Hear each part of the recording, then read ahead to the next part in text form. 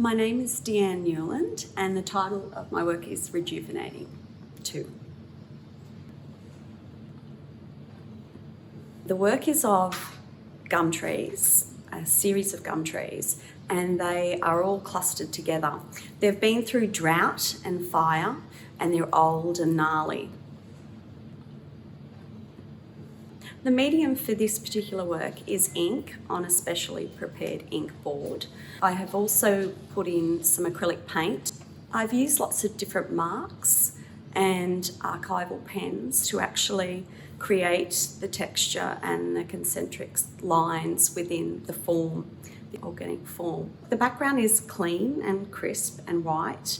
There are lollipop trees that can be seen in the background. That's one of my sort of signature things that I put in my work. And in the middle of the work, there are metallic foil. As you're viewing the work, if you move around it, it will change hue and you'll see different shots of blue or pink or green. And I really found that a bit fun.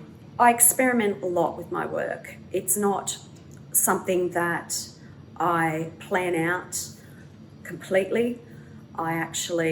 It all evolves. I never copy a picture. It's all in my head or it just evolves on the actual canvas.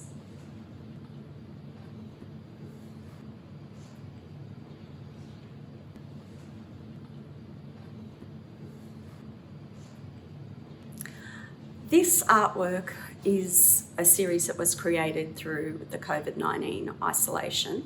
I actually would go bushwalking with my 2 dogs, and I live at Swansea Heads, and so there wasn't many people around at all. And here I would connect with the beautiful bush and the natural environment and just listen to the birds, look at the trees, and this was really inspiring.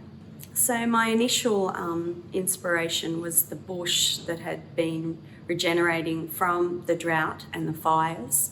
And I actually thought this is a symbol of how we as humans are overcoming COVID-19. This is us rejuvenating and coming out a more positive end to 2020. It was just so beautiful to go out, breathe the fresh air, and actually have that time to do that, because we don't normally have time to do that. And that was a great opportunity. And then I come back in the studio and go, what do I want to paint? I want to paint trees, which I do paint a lot of. So, but this was overcoming the odds, the recent odds of drought, fires, and it represents our community. My studio is in Swansea Heads. It is a room attached to my house, and this is where I conduct my art lessons. I paint and I do workshops, and it's actually my little sanctuary where I go and escape from the world.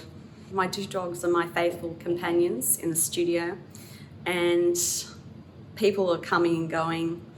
My family members come in and have a look at what I'm doing occasionally, but it's where I shut off the world, put on my music, and I create. It's a happy space.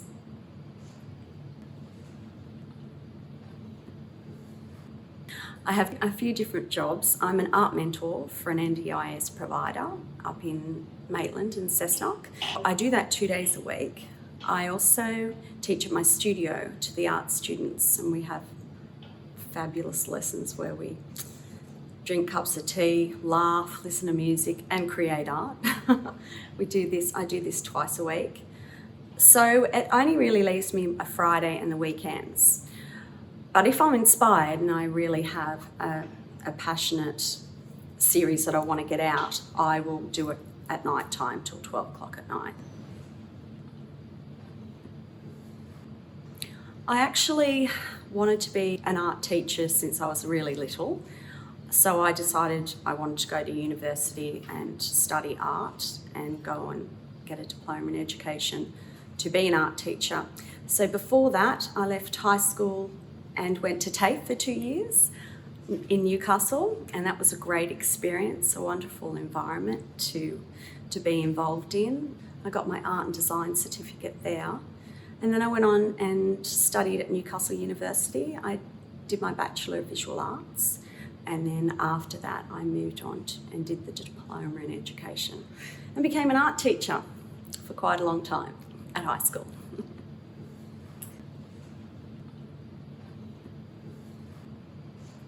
I've been a practicing artist for about 27 years. That's exhibiting and selling my work. Previous to that, I was at art school, learning art and being involved in the community. The best thing about being an artist is being able to express myself and being able to help other people gain the confidence and the skills and guide them to express themselves through art as well. I grew up with an artistic family, so as a small child I visited art galleries all the time, and when we went camping I was creating art. So it's just part of my life. It's such a wonderful thing that is all consuming. A lot. I really didn't think I was very good at anything else at school apart from art, and so it was the way that I gained confidence and I felt proud about what I'd done. What I did want to say is that I've had a recent sort of, I suppose, revelation about why I have worked these lines and the textures in there. It's because my great-grandfather was a painter and they had a painting business, and he would paint the wood grain onto the doors and the door frames and the jambs and things like that. And as a child I grew up looking at it and touching it and feeling it, and it was really, I actually thought the other day, this is what has inspired me to create these lines and create the form on the flat surface of the trunks. I just thought to myself, why do I keep drawing these lines? And I'm thinking, it reminds me of something. And then I went, it reminds me of the doors back at home. And I always used to ask questions to my grandfather and say, why did they do that, Pop? And he'd say, because, the wood grain didn't stand out enough and they wanted to make it really prominent.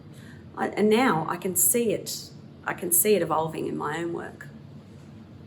Now, if I could have had a glass of champagne before we did this, I would have been much better. I was going to suggest that. Not noted for next time.